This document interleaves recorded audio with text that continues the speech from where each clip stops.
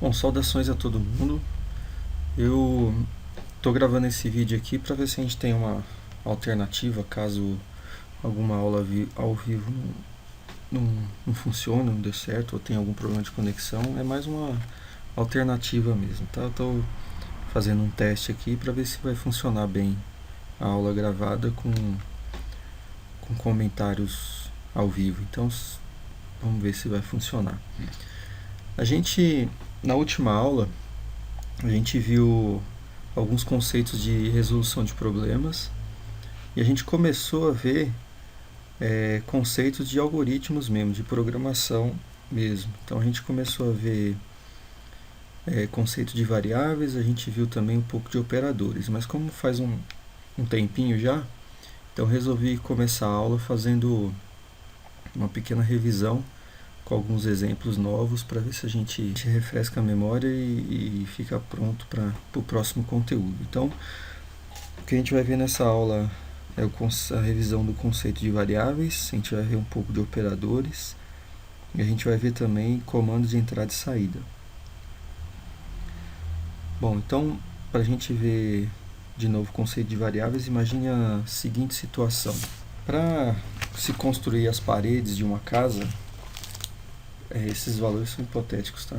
Para cada 10 metros quadrados são necessários 250 tijolos, 1 metro cúbico de areia, meio metro cúbico de brita, 3 barras de ferro, 3 sacos de cimento, meio quilo de arame e a mão de obra, né?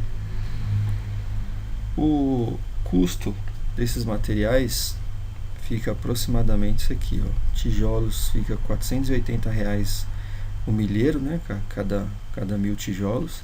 A areia custa R$ 75 cada metro cúbico. A brita custa R$ 88 cada metro cúbico. O ferro custa R$ 30 cada barra. O cimento R$ 23 cada barra. E o arame R$ 10 o quilo. E a mão de obra fica R$ 35 para cada metro quadrado. Bom, então, como exemplo aqui, a gente vai falar que o João ele precisa construir as paredes da sua casa e a gente precisa saber quanto que ele vai gastar, sabendo que são 170 metros quadrados de construção. Para resolver esse problema, basta a gente fazer as contas, né? Como a matemática dessa conta é simples, a gente vai fazer direto. Então, se um milheiro de tijolos custa 480, então 250 tijolos é 120. Aí com a mesma lógica, a gente vai ver que um metro cúbico de areia é 75, meio metro cúbico de brita é 44, 3 barras de ferro 90, 3 sacos de cimento sai por R$ 69, meio quilo de arame R$ 5 e a mão de obra ficaria por 350. Então essas quantidades aqui são para 10 metros quadrados de parede. Então, somando tudo aqui, ficaria R$ 753 para se construir 10 metros quadrados de parede. Ou seja, cada metro quadrado de parede sairia para o João a R$ 75,30. Então, para se fazer o cálculo então, para 170 metros quadrados, é só multiplicar, né, por 75,30, daria R$ 12.801. O João até ficou um pouco triste aí, né, com esse valor alto desse jeito. Mas é isso aí. Então, 170 metros quadrados de parede, naquele preço, o João gastaria R$ 12.801. Agora, como eu faço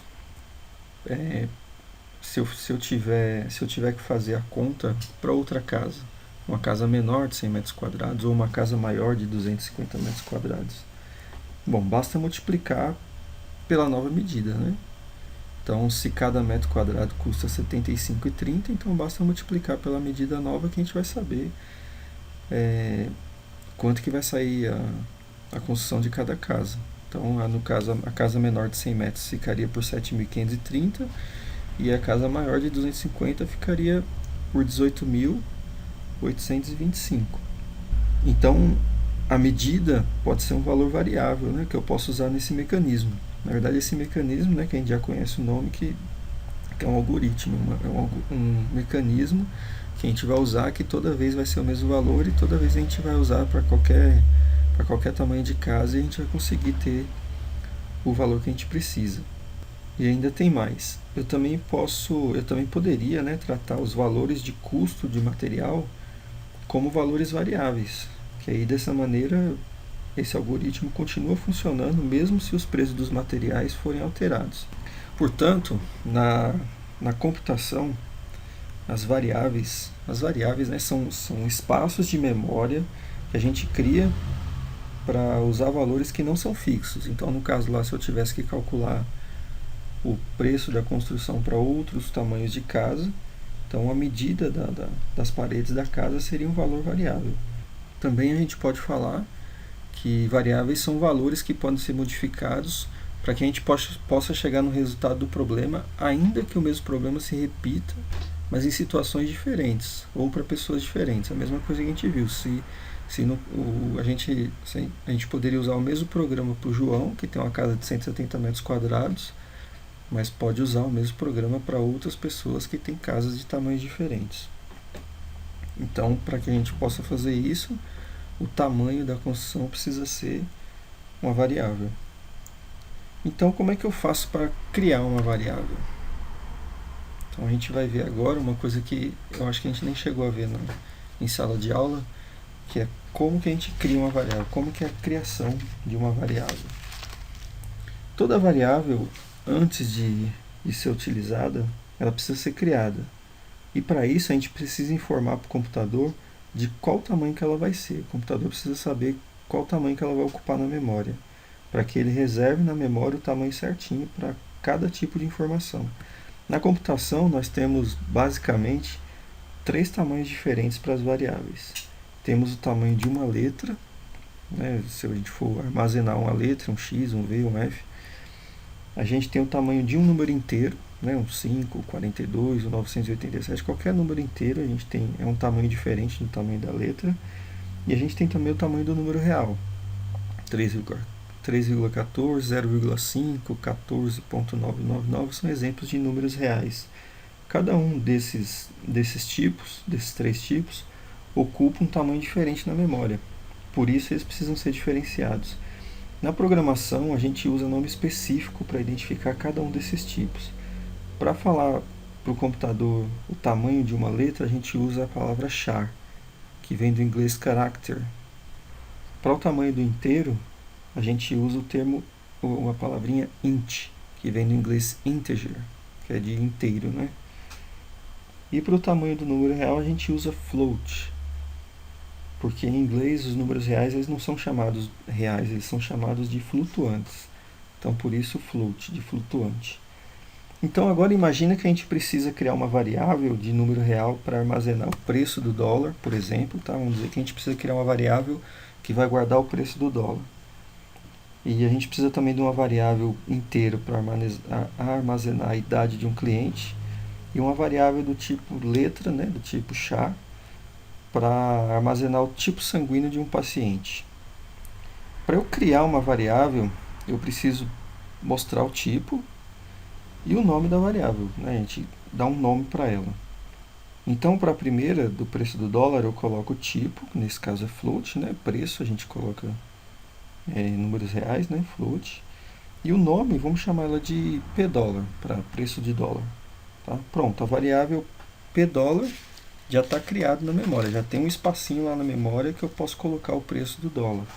Da mesma forma, a idade pode ser um número inteiro, a gente usa o int e o nome da variável, vamos chamá-la de idade mesmo. E por último, vamos usar o char, já que o tipo sanguíneo é representado por letras, né? E vamos chamar essa variável de tipo san, para representar tipo sanguíneo. Pronto, as três variáveis já estão criadas e já podem receber valores. Então, como é que eu faço agora para colocar valores dentro dessa variável? Para colocar os valores nesses espaços de memória, a gente vai usar o operador igual, esse sinalzinho de igual. Em programação, esse sinal ele não representa igualdade. Tá? A gente vai falar disso aqui daqui a pouquinho. Em programação, ele representa atribuição. Então, se eu quiser atribuir um valor para uma variável, eu uso esse operador. Observação, né, também é possível atribuir valores através de um comando de leitura, mas isso a gente vai ver um pouquinho mais para frente. Agora vamos atribuir valores para as variáveis que a gente criou. Primeiro vamos colocar um valor no preço do dólar. Então escrevemos P dólar vai receber o valor 5,10, por exemplo, que é a cotação de quando eu fiz esse slide, né, dia 28 de março de 2020. Da mesma forma, a gente pode fazer a nossa variável idade receber um valor de 42, por exemplo. E por último, vamos colocar na variável tipo sum o valor A. Reparem que eu usei aspas simples no A. Tá vendo? Aspas simples. Isso é para não confundir o computador. Se por acaso eu tiver uma variável chamada A, aí o computador não confunde, né? Eu poderia atribuir o valor de uma variável chamada A, mas aqui não é o valor de uma variável, é o valor A mesmo, é a letra A mesmo que eu quero passar para dentro desse espaço de memória chamado tipo sum. Agora, lá na memória do computador, isso aqui é memória, tá vendo? Tem um espaço chamado pdólar, com o valor de 5,10. Tem um espaço chamado idade, com o valor 42. E tem um espacinho chamado tipo sum, com o valor A. Reparem que eu propositalmente desenhei os espaços de tamanho diferente justamente para vocês entenderem que cada tipo de informação tem um valor diferente. Então, normalmente os números reais ocupam um valor, um tamanho maior, os números inteiros um tamanho médio e as letras ocupam na memória do computador um tamanho um pouco reduzido. Bom, então eu espero que vocês tenham entendido a parte da criação de variáveis. Isso aí agora a gente pode usar esse valor de 5,10 do dólar, a gente pode usar esse valor da idade, a gente pode usar esse valor do tipo sanguíneo para resolver algum problema relacionado a essas informações. Agora vamos ver um pouquinho, na verdade vamos rever o conceito de operadores. Assim como na matemática, os operadores são sinais, né, que permitem a gente manipular e comparar os valores. Eles podem ser matemáticos, né, como a gente já viu em sala de aula, que é a subtração, a soma, a divisão, a multiplicação. Em computação a gente usa uma barra para divisão e um asterisco para multiplicação, tá? Só para vocês não acharem estranho aí. Como por exemplo, a gente tem 2 mais 2, né? Para operar valores a gente também pode usar variáveis. Então, por exemplo, vamos dizer que eu tenho uma variável chamada cimento, que vai armazenar a quantidade de cimento que eu preciso para uma obra, por exemplo. Aí se eu quiser fazer o dobro do tamanho da obra, por exemplo, eu precisar do dobro do cimento, o dobro da quantidade de cimento, é só eu pegar a variável que tem lá dentro dela a quantidade de cimento e multiplicar por 2. Então eu posso usar números, como esse 2 mais 2 aí em cima, e posso usar variáveis, como esse cimento aí, vezes 2. Temos também os operadores relacionais, que são isso aí, ó, maior, menor, maior ou igual, que é um pouquinho diferente do que a gente está acostumado na matemática, né? Aqui é maior ou igual é o sinal de maior e o sinal de igual. E menor e igual é um sinal de menor e um sinal de igual. Reparem que então tem uma pequena diferença na representação. Em computação é assim mesmo. Inclusive os sinais de igual e de diferente são assim. Ó. Quando eu quero falar que é igual, lembra lá que se eu usar um sinal só de igual, eu estou tratando de atribuição. Estou passando um valor para dentro de uma variável. Agora, se eu precisar comparar dois valores, tipo se A é igual a B, aí eu uso dois sinais de igual. E se eu quiser ver se um é diferente do outro, eu uso essa representação aí, exclamação igual, para representar a diferença. Ao longo dos exemplos, dos exercícios, a gente vai se acostumando mais com essas novas representações. Como exemplo, temos uma comparação entre tamanho da casa 1 e tamanho da casa 2. Por exemplo, eu posso ter uma variável chamada casa 1 com o tamanho da casa 1 e, por exemplo, uma variável casa 2 com o tamanho da casa 2. Aí, se por acaso eu precisar saber, no meio de um programa, de um algoritmo, eu precisar saber se a casa 1 é maior que a casa 2, eu posso usar essa representação que está aí. E também a gente tem os operadores lógicos. Eles são o e, o ou e a negação. E na programação a gente representa assim. O e são 2e comercial, o ou são duas barras verticais e a negação é um sinal de exclamação.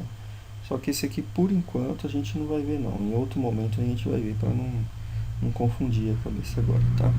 Agora a gente vai ver um pouquinho de comandos de entrada e saída. Porque assim que a gente entender essa parte de comandos de entrada e saída, aí eu posso colocar exemplos para funcionar, que aí vai ficar tudo mais claro. Na hora que vocês verem alguma coisa funcionando, as coisas vão ficar mais claras. Bom, já deu para perceber que para resolvermos diversos problemas com os quais a gente depara, sempre é necessário que a gente tenha informações sobre esse problema. E também sempre precisamos mostrar algum resultado no final. Pois bem, para todo programa sempre teremos então as entradas de informações e as saídas de informações. Para isso precisamos de comandos específicos. A gente precisa de comando específico para fazer a informação entrar no programa e precisa de comando específico para fazer a informação sair do programa. No nosso caso, para entrada e saída, a gente vai usar comandos de leitura, né, para fazer com que a informação entre, e escrita para fazer com que a informação saia. Então, quando acontecer a entrada de informações no programa, dizemos que ele está lendo os dados. E quando tiver uma saída, né, um resultado para mostrar, dizemos para ele escrever os dados, né, escrever na tela, escrever numa impressora ou no HD, alguma coisa. Normalmente a gente vai mandar ele escrever na tela o resultado. Pois bem, para escrever, nós vamos usar o comando escreva. Aí dentro dos parênteses estará o conteúdo que será escrito. Por exemplo, né, se eu quiser mostrar na tela a mensagem, o resultado é 745. Aí eu faço desse jeito, eu dou um comando e quando o computador obedecer esse comando, ele vai mostrar essa informação na tela. E para ler, a gente vai usar o comando leia. Nesse caso, dentro dos parênteses, vai estar o nome da variável que vai guardar a informação que for lida. Então, se eu quero pegar uma informação que foi digitada, por exemplo, por alguém, aí eu vou usar o comando leia para captar essa informação, para capturar essa informação. E assim que eu capturo essa informação, eu preciso colocar ela na memória para poder trabalhar com ela. E como é que eu faço para criar espaços de memória? Variáveis, né? Igual a gente viu agora há pouco. As variáveis são responsáveis por criar aqueles quadradinhos na memória lá. Então eu crio um espaço daquele na memória e pego o que a pessoa digitou, por exemplo, o número de CPF, e o comando leia vai ser responsável por pegar essa informação que foi digitada e colocar dentro da variável que eu coloquei ali nos parênteses. Então vamos a um exemplo. Problema na doceria.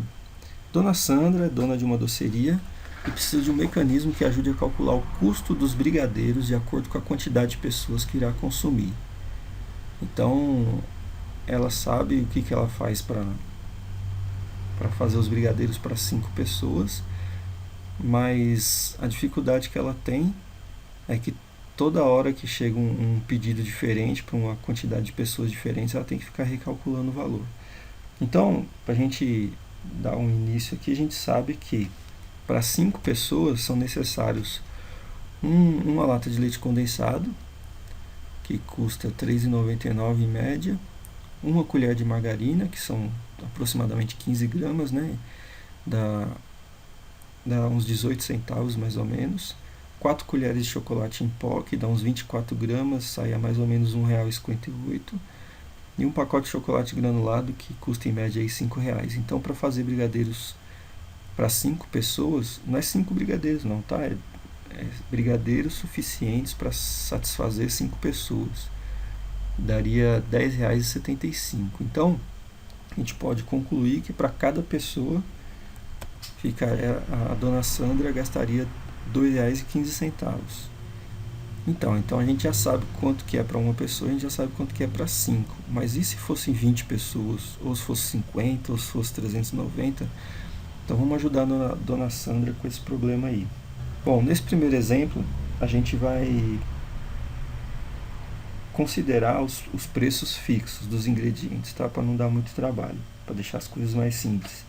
Dessa forma, então, o programa vai solicitar apenas a quantidade de pessoas e vai mostrar qual que vai ser o custo de produção dos brigadeiros. Então, para a dona Sandra não precisar ficar calculando isso aí toda hora, o que vai acontecer? O programa vai pedir a quantidade de pessoas, a dona Sandra vai digitar e imediatamente o programa vai mostrar qual que vai ser o custo. Então, o primeiro passo vai ser solicitado do usuário, né, no caso da dona Sandra, a quantidade de pessoas. Para isso, eu preciso me comunicar com ela. Eu preciso escrever uma mensagem para ela. Então, eu vou usar o comando escreva e eu quero que na tela do computador apareça essa mensagem aí, ó, digite a quantidade de pessoas. Daí o programa vai ter que mostrar essa mensagem na tela do computador, desse jeito aqui, ó. Tá? Na hora que eu der o comando, ele vai mostrar lá na tela, digite a quantidade de pessoas. A partir daí, espera-se, né, que o usuário, no caso da dona Sandra, digite alguma coisa. Vamos dizer que ela queira saber o custo dos brigadeiros para 53 pessoas. Aí ela vai lá e digita 53. Para que a gente possa utilizar esse valor nos nossos cálculos, a gente precisa transformar ele numa entrada. E para isso vamos usar o comando leia. Mas tem um porém. Lembra que o comando leia precisa usar uma variável entre os parênteses? Então, nesse caso a gente não criou nenhuma, né? Não tem problema, vamos criar um agora então. Como a quantidade de pessoas normalmente é um valor inteiro, né? Que a gente não tem meia pessoa. Então vamos usar número inteiro. Para criar uma variável do tipo inteiro a gente usa o int, lembra lá? Int. E aí eu vou chamar essa quantidade de pessoas de QTD, tá? O nome de uma variável normalmente a gente vai fazer o menor possível e que seja representativo, tá? Eu podia colocar o nome da variável assim, quantidade de pessoas. Só que se eu precisar usar ele várias vezes no programa é muita coisa, então QTD já é suficiente para mim. Então o nome da minha variável vai ser QTD, tá? Reparem que a criação da variável precisa ficar no início do programa, para que ela seja conhecida pelo computador em todas as linhas do programa. Em qualquer momento que eu quiser utilizar ela, eu posso utilizar se ela foi criada lá em cima, tá? Então, sempre cria variáveis no começo de tudo, tá? Lá em cima. Ok, a variável foi criada, agora a gente pode completar o nosso comando leia. Então, leia QTD, ou seja, na hora que eu der o comando leia, aquilo que foi digitado, aquele 53 que foi digitado, ele vai ser capturado e vai ser colocado no espaço de memória que chama QTD. E agora a gente pode usar para fazer os cálculos. Então, para mostrar o resultado, eu vou explicar primeiro por que eu uso aspas aqui na mensagem. Eu não expliquei isso ainda para não confundir a cabeça de ninguém, mas agora eu preciso explicar. As aspas elas servem para mostrar mensagens fixas. Do jeito que ela está dentro das aspas, ela vai aparecer na tela. Do jeito que eu coloquei digite a quantidade de pessoas, apareceu lá na tela, digite a quantidade de pessoas. Porém, agora a gente vai mostrar um valor variável, a gente vai mostrar o resultado. E o resultado nem sempre é o mesmo, o resultado vai depender do valor que foi digitado, né? Então, se eu digitar, a gente sabe que é 2,15 por pessoa. Então, se a dona Sandra digitar 1, vai ter que aparecer 2,15. Se ela digitar 10, vai ter que aparecer 21,50. Então, o valor que vai aparecer é um valor variável. Então, eu não posso colocar simplesmente ele dentro das aspas, igual eu fiz com esse primeiro comando escreva. Eu vou ter que fazer uma parte da mensagem fixa, que é essa aqui, tá? O custo será de. Essa aí, toda vez que aparecer o resultado, vai aparecer, essa parte da mensagem vai aparecer sempre igualzinho assim. O custo será de, e aí só o valor que vai ser diferente. Então o valor, como o valor é variável, eu coloco fora das aspas. Eu coloco uma vírgulazinha ali para separar e coloco o valor que varia fora das aspas. Então, desse jeito, vai aparecer lá na tela o custo será de, e aí ele vai resolver essa conta aí. Tá vendo que é uma conta de multiplicação simples. É a quantidade de pessoas, que é o valor que está guardado nessa variável, multiplicado por 2,15, que é o custo para cada pessoa. Aí na tela ficaria assim, o custo será de, que é a parte fixa da mensagem, que não vai mudar, e a parte que muda, que nesse caso, para 53 pessoas, se vocês calcularem isso, vocês vão ver que para 53 pessoas a dona Sandra teria que gastar R$ 113,95. Aí agora as coisas ficam mais fáceis para ela, não precisa ficar toda hora pegando calculadora e fazendo a conta. O programa mesmo já só pede a quantidade, ela digita a quantidade e aparece o custo. Aí, para a gente fazer um programa um pouco mais complexo, a gente poderia também alterar preços, né, que seria interessante caso alguma coisa mudasse de preço, mas por enquanto a gente vai ficar nesse mais simples, para a gente entender como é que as coisas vão acontecer. Bom, então agora, para não encher muito, né, a mente de vocês com muita informação, a gente vai fazer um exercício para fixar esse conteúdo que a gente viu. Então, o que vocês vão fazer para mim? Siga o modelo mostrado, esse que a gente acabou de ver da doceria da dona Sandra, e faça um programa que mostre o custo de uma construção baseado nos valores do primeiro exemplo dessa aula. Então, naquele exemplo lá da construção, não precisa pegar, não precisa se preocupar com os valores de cada item do material. Do mesmo jeito que a gente deixou fixo o preço de R$ 2,15 por pessoa, vocês vão deixar fixo o preço de R$ 75,30 por metro quadrado. Então, vocês vão seguir o mesmo exemplo aí. Do mesmo jeito que a dona Sandra digitava a quantidade de pessoas e o programa dá o preço que fica de brigadeiros, vocês vão fazer um programa para que o usuário digite a metragem, né, das paredes da casa e o programa mostre quanto que é que vai ficar o custo das paredes dessa casa. Tá? Seguindo o mesmo exemplo. Aí esse slide aqui de comando de decisão fica para a próxima aula, que aí vocês fazem esse exercício aí para mim. Na próxima aula a gente começa com outro assunto, para a gente não encher muito a mente de muitos assuntos, senão a gente não absorve muito conhecimento. Então por enquanto é só isso aí mesmo. Boa noite para vocês. Até mais.